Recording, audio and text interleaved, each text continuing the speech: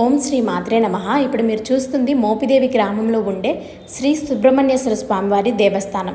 ఈ దేవస్థానంలో ప్రత్యేకంగా ఎవరైతే సంతానం కలగడం లేదని బాధపడుతున్నారో వారు ఇక్కడికి వచ్చి ఉయ్యాల కట్టి ముడుపు కడితే ఖచ్చితంగా సంతానం లేని వారికి సంతానం కలుగుతుందని చెప్పి ఇక్కడ ఆలయ స్థల పురాణంతో పాటు ఎంతో మందికి కలిగిన అనుభవాలు మనకు తెలియజేస్తున్నాయి.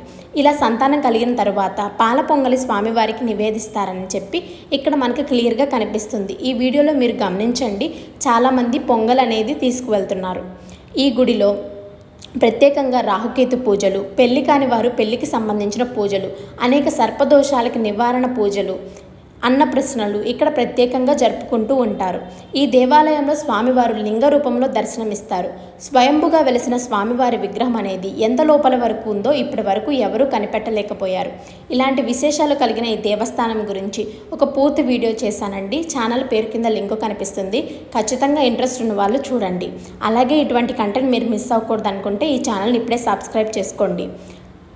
చాలామంది వీడియో అయితే చూస్తున్నారు కానీ లైక్ చేయట్లేదండి. ఖచ్చితంగా లైక్ చేసి ఛానల్కి సపోర్ట్ అనేది ఇస్తే ఇంకొంచెం వీడియోస్ ట్రై చేస్తాను. Thank you.